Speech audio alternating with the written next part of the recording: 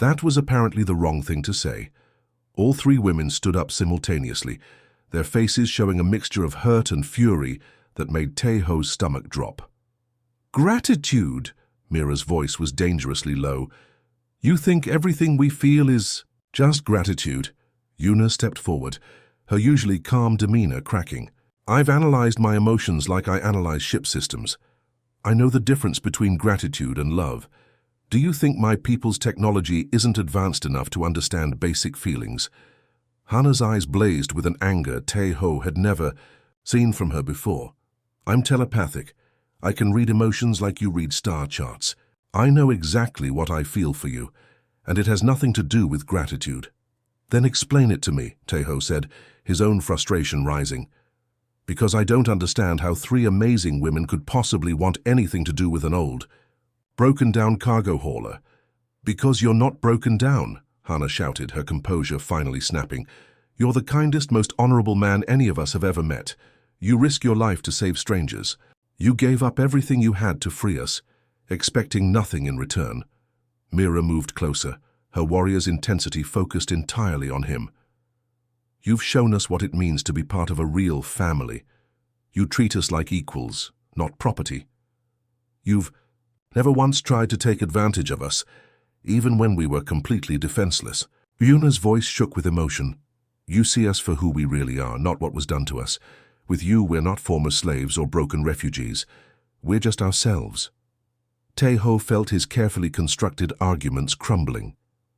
"But the age difference, your trauma, the complications—" "Stop making excuses for us," Hana interrupted. "We're adults. We've survived things that would break most people. We know what we want. And what we want is you," Mira added fiercely. "All of us. Together." The silence that followed was deafening. Tae-ho stared at the three women who had become his world, seeing the truth in their eyes. This wasn't gratitude or confusion. This was real. The silence stretched for what felt like hours. Tae-ho stared at the three women standing before him, their words echoing in his mind. Everything he thought he knew about their relationship had just been turned upside down. "I need some air," he said finally, standing up on shaky legs. "I need to think." He walked to the observation deck, a small area with a large viewport that showed the stars streaming past in hyperspace. The endless light trails usually calmed him, but tonight his mind was racing too fast for peace. Hours passed before he heard footsteps behind him. He turned to see Jin-woo, an old friend and fellow cargo hauler, approaching with 2 cups of coffee. Tae-ho had completely forgotten they were supposed to meet at the next station for their monthly catch-up call via subspace radio. "You look like someone who just got hit by a cargo hauler," Jin-woo said, handing him a cup. "What's eating at you, old friend?" Tae-ho almost laughed at the irony. Jin-woo was the only person he could talk to about this situation without it getting complicated. They had known each other for 20 years, ever since they both started flying the outer rim routes. "The women on my crew," Tae-ho began hesitantly, They've told me they have feelings for me. Romantic feelings, all 3 of them."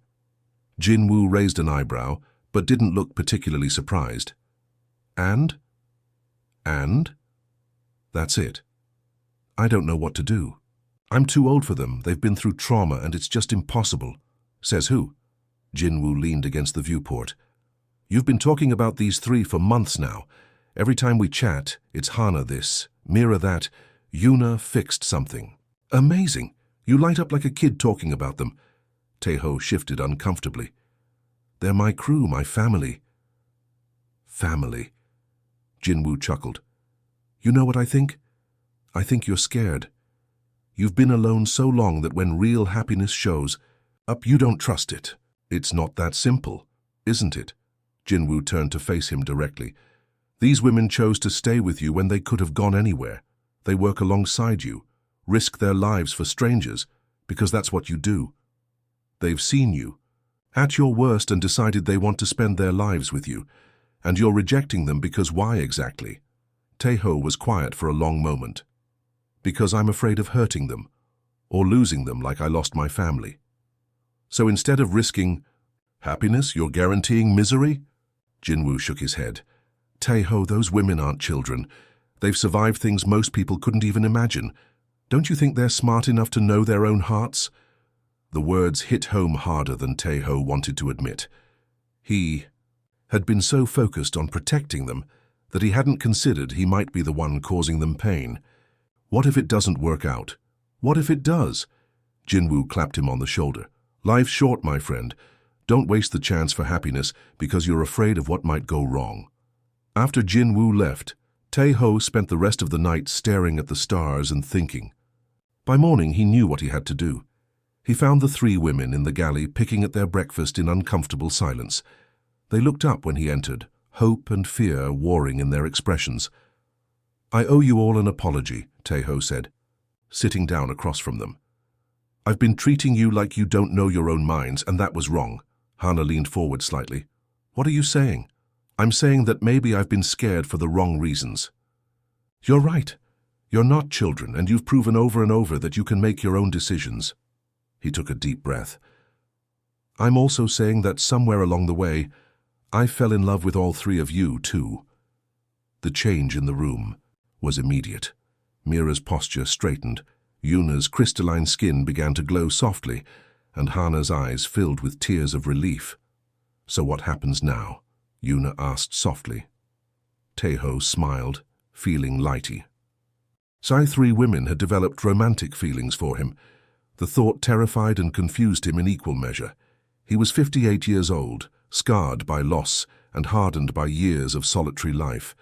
They were young, beautiful, and had their whole lives ahead of them. How could they possibly see him as anything more than the father figure who had rescued them? But as he watched Hana's gentle care, Mira's fierce protection, and Yuna's devoted attention, Tae-ho couldn't deny that his own feelings had grown beyond what he had expected. Once Tae-ho was back on his feet, strange things started happening aboard the Star Phoenix. At first he thought it was just his imagination, but the odd incidents kept piling up until he couldn't ignore them anymore. It began with Hana. She started appearing in places where he was working, standing closer than usual and staring at him with an intense focus that made his skin tingle. One morning, while he was checking the cargo manifest, she approached and placed her hand on his arm. Suddenly, his mind filled with images and emotions that weren't his own. He saw himself through her eyes, but not as the tired old cargo hauler he believed himself to be. Instead, he appeared strong, kind, and somehow attractive.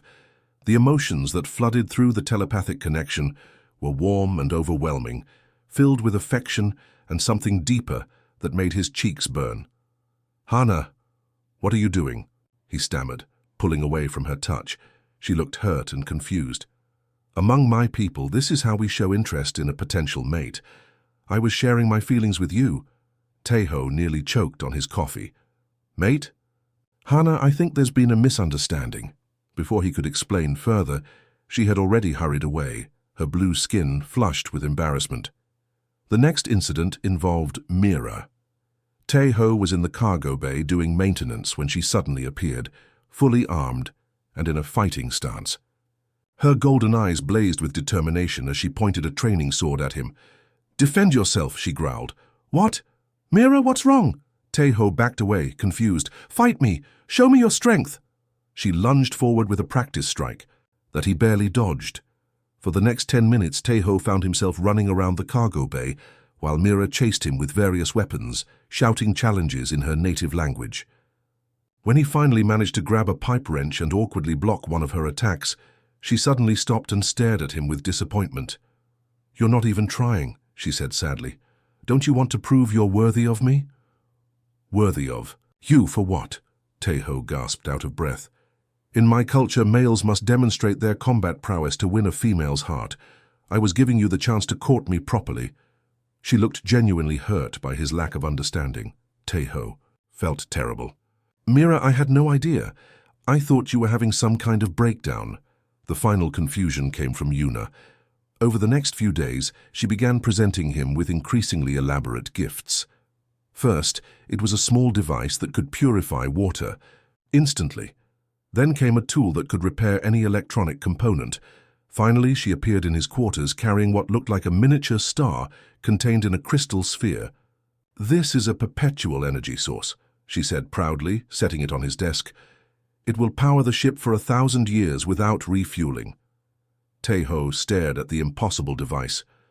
"Yuna, this must be worth more than entire star systems. I can't accept this." Her crystalline features crumpled with disappointment. "But it's my courtship gift. I spent weeks building it for you." "Courtship gift?" "My people express romantic interest through the creation of useful technologies. The more complex and valuable the gift, the deeper the affection." She picked up the energy sphere sadly. "I thought if I made something extraordinary enough, you would understand how much you mean to me." That evening, Tae-ho sat in his quarters with his head in his hands, trying to process what had happened. All three women had been attempting to court him according to their own cultural traditions, and he had completely missed every signal. The worst part was realizing that his confused reactions had probably hurt their feelings. They had put themselves out there emotionally, following the customs of their people, and he had responded like a clueless fool. But even more troubling was the growing awareness that their attention wasn't entirely unwelcome.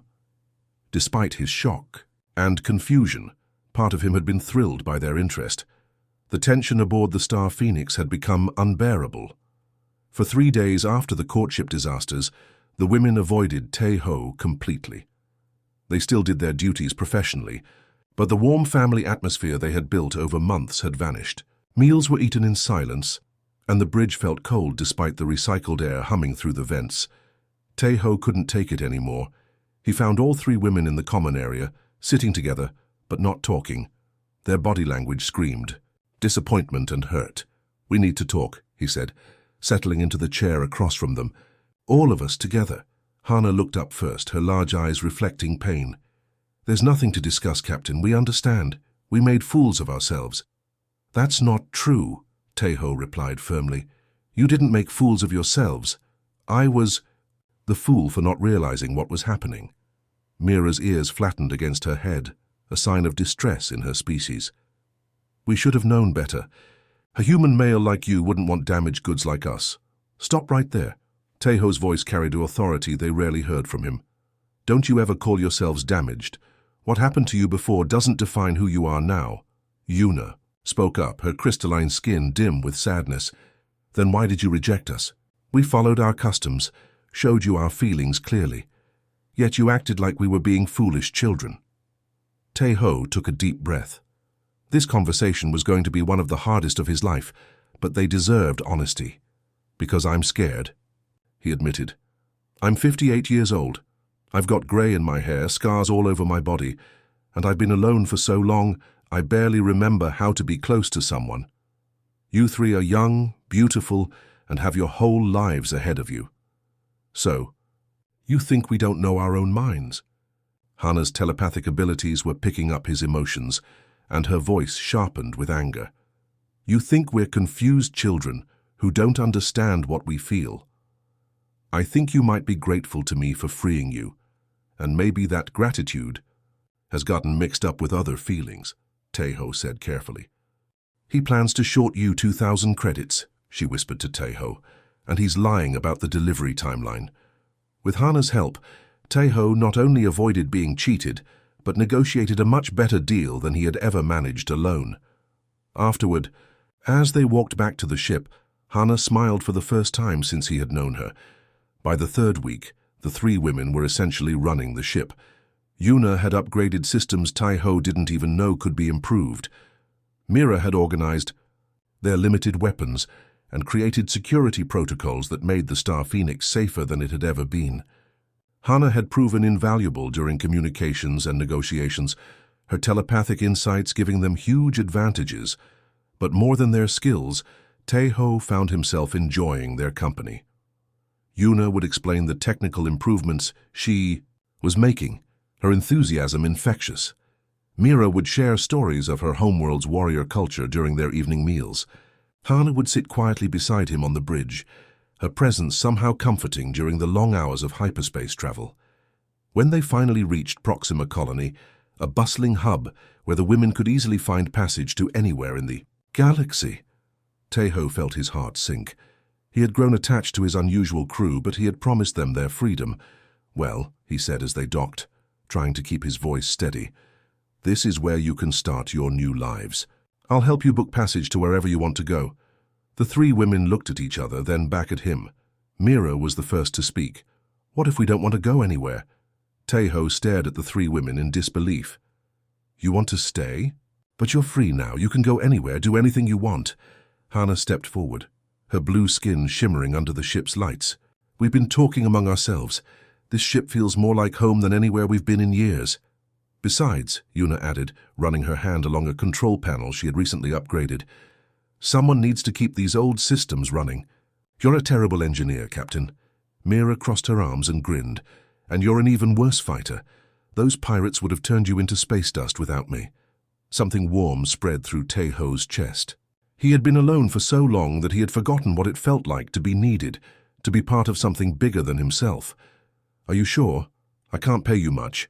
This old freighter barely makes enough to keep us in fuel and food." "We don't need payment," Hana said softly.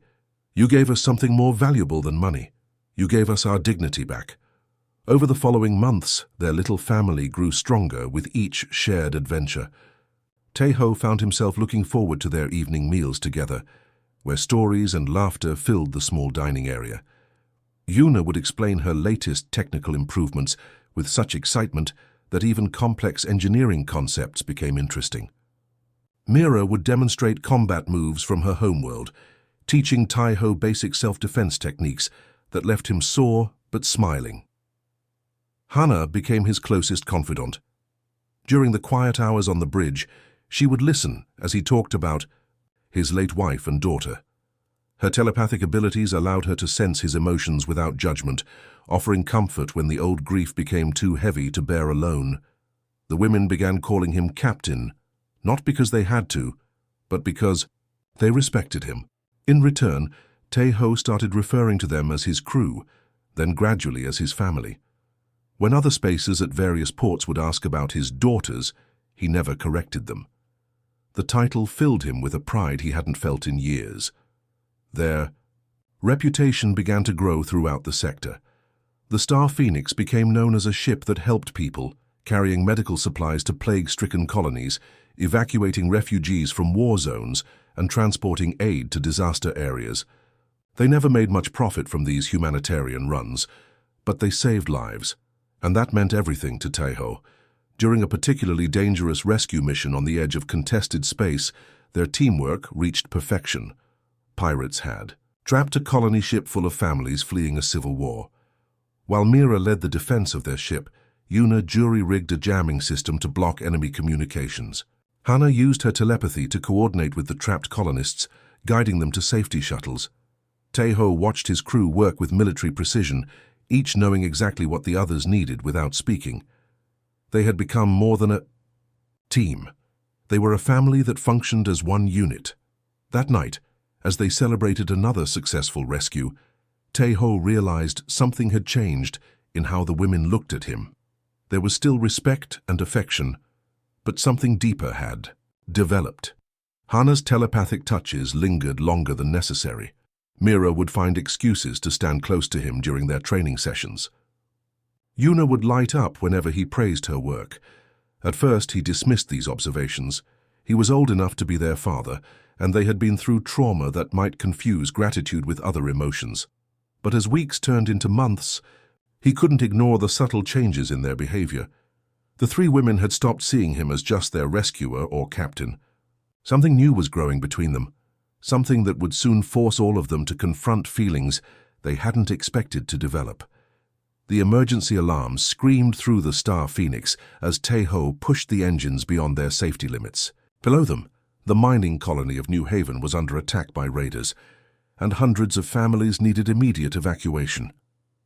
"Captain, the engines can't take much more of this," Yuna shouted over the noise, her crystalline fingers flying across. "The engineering controls. Just give me 5 more minutes," Tae-ho called back, wrestling with the ship's controls as enemy fire lit up the space around them. "There are still children down there." Mira was at the weapons station, returning fire with deadly accuracy. 3. More raider ships incoming from the east. "We need to leave now." But Tae-ho wouldn't abandon the remaining refugees. He had made that mistake once before, 15 years ago, when he couldn't save his own family. Not this time. As the last transport shuttle docked with their ship, a massive explosion rocked the Star Phoenix. Taeho felt something sharp tear through his side as sparks showered from an overloaded console. The world went dark. He woke up 3 days later in the ship's medical bay, wrapped in bandages and connected to monitoring equipment he didn't recognize. Through the small window, he could see they were in hyperspace, heading away from the danger. "You're awake." Hannah's voice was soft with relief. She was sitting beside his bed, her blue skin pale with exhaustion. "We weren't sure you were going to make it. The refugees." Taeho tried to sit up, but pain shot through his chest. "Safe," Mira said from the doorway. "All of them. You saved over 300 people, you stubborn fool." Yuna appeared beside her, holding a medical scanner. "Your injuries were severe. Internal bleeding, broken ribs, concussion. We had to perform emergency surgery using the ship's auto dock and some equipment I built." Over the next week, as Taeho slowly recovered, he noticed something different about the 3 women. They took turns staying with him around the clock, never leaving him alone. Their concern went far beyond what he would expect from crew members, or even close friends. Hannah would sit by his bed for hours, sometimes reaching out to touch his hand when she thought he was sleeping. Her telepathic abilities seemed to be monitoring his emotional state constantly, as if she couldn't bear to be disconnected from his thoughts. Mira, usually so fierce and independent, became almost protective.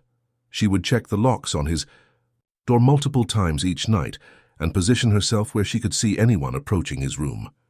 When he asked her about it, she just mumbled something about not losing anyone else important to her. Yuna had essentially moved her engineering station into his medical bay, claiming she needed to monitor his life support systems. But Taeho caught her watching him with an expression he had never seen before, soft and vulnerable in a way that had nothing to do with his health. During his recovery, the women began sharing more personal stories. Hannah told him about the telepathic bond her people formed with those they cared deeply about, how she could feel his pain as if it were her own. Mira spoke about warrior bonds in her culture, connections forged through shared danger that went deeper than friendship. Yuna explained how her people chose life partners based on emotional compatibility and mutual respect. Taeho began to realize that what he was seeing in their eyes wasn't just gratitude or familial affection. Somewhere, along their journey together, the Suij, Kim Taeho wiped the sweat from his forehead as he walked through the crowded corridors of Frontier Station Delta 7. The old cargo hauler had been flying these trade routes for over 20 years, and he'd seen plenty of things that made his stomach turn, but nothing prepared him for what he stumbled into that day.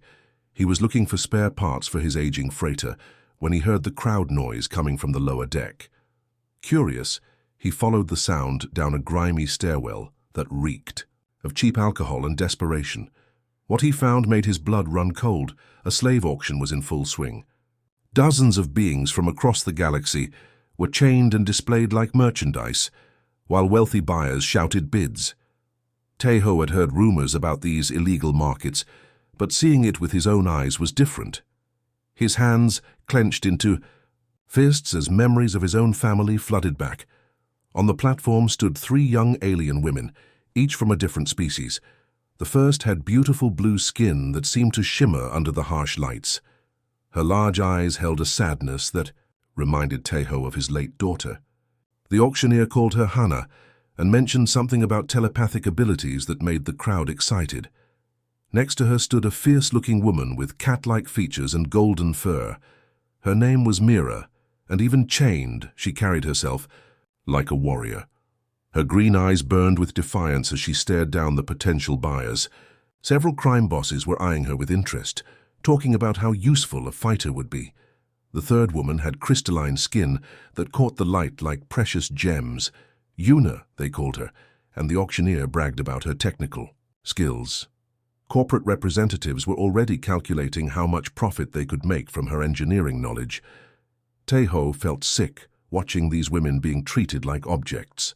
He thought about his own wife and daughter, lost in a raider attack 15 years ago. What if they had been captured instead of killed?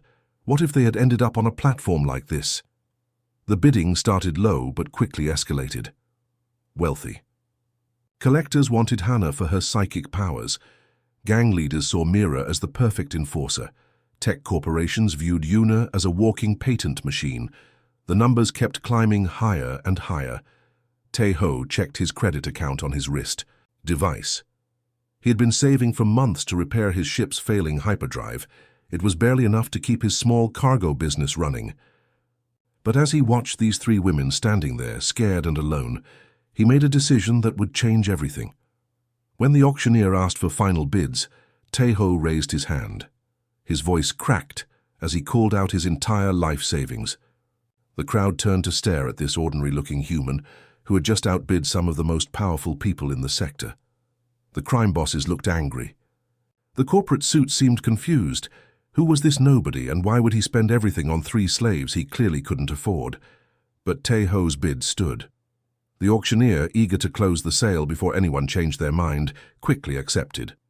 Within minutes, the ownership papers were transferred to Kim Tae-ho. He now legally owned 3 alien women, and he had absolutely no idea what he was going to do next. As station security prepared to transfer his property to his ship, Tae-ho caught sight of the 3 women's faces. Fear, confusion, and resignation filled their expressions. They had no idea that their lives were about to change in ways none of them could imagine. The walk to Tae-ho's ship felt like the longest journey of his life. Station security escorted. The 3 alien women behind him, their chains clinking with each step. He could feel their eyes on his back, probably wondering what kind of master they had just been sold to. His heart pounded as he tried to figure out what to say to them. His freighter, the Star Phoenix, wasn't much to look at. 20 years of hauling cargo across the galaxy had left it scarred and patched, but it was home. The security guards roughly pushed the women inside and handed Tae-ho the electronic restraint controls before leaving with satisfied grins. Once the airlock sealed, silence filled the cargo bay. The 3 women stood huddled together, still chained, waiting for whatever came next. Tae-ho looked at the control device in his hands and felt disgusted. Without saying a word, he smashed it against the metal floor. The women jumped at the sudden noise. Hannah, the blue-skinned telepathic one, tilted her head as if trying to read his thoughts. Mira, the cat-like warrior, crouched slightly, ready to fight if needed. Yuna, with her crystal skin, simply watched him with calculating eyes. "I'm sorry," Tae-ho said quietly, pulling out a plasma cutter from his toolkit. "This might take a few minutes." The women tensed as he approached, but instead of coming toward them, he knelt down and began cutting their chains. The metal fell away piece by piece, clattering to the deck. When the last restraint was removed, the 3 women rubbed their wrists and ankles, staring at him in complete confusion. "You're free," Tae-ho said simply. "No more chains, no more masters." Hannah's large eyes widened. Her telepathic abilities were apparently picking up something from his mind that shocked her. She spoke in her own language to the others, but Tae-ho activated the ship's universal translator. "She says you're telling the truth," Mira translated, her voice hoarse from disuse. "But we don't understand. Why did you buy us if not to use us?" Tae-ho sat down heavily on a cargo crate, suddenly feeling every one of his 58 years. "Because nobody should be owned by another person. I lost my family to slavers 15 years ago. When I saw you 3 up there, I couldn't just walk away." He gestured toward the ship's interior. "There are 3 empty crew quarters down that hallway. Each has its own lock that only works from the inside. There's food in the galley, medical supplies in the aid station, and clean clothes in the storage lockers." The women exchanged glances, clearly not believing what they were hearing. Yuna was the first to speak, her voice barely above a whisper. "What do you want from us in return?" "Nothing," Tae-ho replied. "Well, maybe just don't break my ship. She's old, but she's all I have left." Mira's warrior instincts were still on high alert. "This is a trick. Humans don't do things like this." Without wanting something, Tae-ho stood up slowly, making sure not to make any sudden movements. "I understand why you don't trust me, but I give you my word I won't hurt you. When we reach the next civilized system, you can leave and start new lives wherever you want." Hannah stepped forward cautiously. Her telepathic gift was clearly telling her something the others couldn't sense. She said something in her native tongue, and the translator picked it up. His mind is full of sadness, but no evil intentions. He speaks the truth about his family. He really just wants to help us. For the first time since he'd bought them, Tae-ho saw something other than fear in their eyes. It was the beginning of hope, fragile and uncertain, but real nonetheless. 3 weeks had passed since Tae-ho freed the women, and life aboard the Star Phoenix had settled into an unexpected routine. What started as awkward silence had slowly transformed into something resembling teamwork. The women had initially stayed locked in their quarters, only coming out for food when they thought Tae-ho was asleep. But curiosity and boredom eventually won out. It began when the ship's navigation system started acting up during their second week of travel. Tae-ho was crawling under the control panel, muttering curses at the ancient wiring when he heard footsteps behind him. Yuna stood there, her crystalline skin reflecting the blinking error lights. "Your quantum relay is burning out," she said quietly. "I can hear it from my room." Tae-ho slid out from under the panel, grease smeared across his face. "You know about ship systems," Yuna nodded. "My people built starships before the war came to our world. I was an engineer before." She didn't finish the sentence, but Tae-ho understood. Within hours, Yuna had not only fixed the navigation system, but improved it beyond its original specifications. She worked with a precision that amazed Tae-ho, her fingers dancing across components like a musician playing an instrument. For the first time since her rescue, she seemed truly alive. The next breakthrough came when pirates tried to board their ship near the outer rim. Tae-ho was reaching for his old blaster when Mira suddenly appeared beside him, moving like liquid lightning. She had somehow acquired one of his spare weapons and was checking its power settings with professional efficiency. "Stay behind me," she growled, taking position at the airlock. "I won't let them take us back." The pirates never made it past the entry corridor. Mira fought like a force of nature, her warrior training evident in every move. When the last attacker fell, she stood breathing heavily, her golden fur bristled with adrenaline. Tae-ho realized that beneath her fierce exterior was someone who had been protecting others her entire life. Hana's contribution came during a trade negotiation on Kepler Station. The merchant they were dealing with was trying to cheat Tae-ho on a cargo contract, speaking in whispers to his partner about overcharging. The stupid human. But Hana was quietly listening with her telepathic abilities, translating the merchant's real intentions. "Sour than he had in years. Now we figure out how to make this work, together." 2 years had passed since that life-changing conversation in the galley, and the Star Phoenix was barely recognizable as the same old cargo hauler. What had once been a single aging freighter had grown into a small fleet of 3 ships, all bearing the Phoenix logo that Yuna had designed, a symbol of rising from ashes to find new life. Tae-ho stood on the bridge of their flagship, watching as relief supplies were loaded for another humanitarian mission. At 60 years old, he felt more alive than he had in decades. The grey in his hair had spread, and new lines had appeared around his eyes, but they were laugh lines now, earned through years of genuine happiness. "Captain, we're ready for departure," Hana announced from the communications station. Her telepathic abilities had made her invaluable in coordinating their relief efforts, able to sense the emotional states of refugees and survivors in ways that helped them provide exactly the right kind of support. "Mira's team has the security briefing ready," Yuna added from the engineering console she had redesigned from scratch. "The route to the refugee camp should be clear, but we'll have escort ships just in case." Their wedding had been unlike anything the galaxy had ever seen. They had held the ceremony on a neutral station, combining traditions from all 4 of their cultures. Hana had performed a telepathic bonding ritual, sharing their emotions and memories so completely that Tae-ho sometimes felt like he could sense their thoughts. Mira had insisted on the warrior's oath of protection, where they promised to defend each other with their lives. Yuna had created matching rings embedded with quantum crystals that would glow when their partners were in danger. The human ceremony had been simpler, but no less meaningful. Before friends they had made in their travels, Tae-ho had promised to love and cherish all 3 women for the rest of his life. The legal aspects had been complicated. Multi-species marriages were rare but recognized in several systems, but their love made it all worthwhile. Their honeymoon had been a rescue mission to evacuate colonists from a plague-stricken world. It was perfectly appropriate for their family.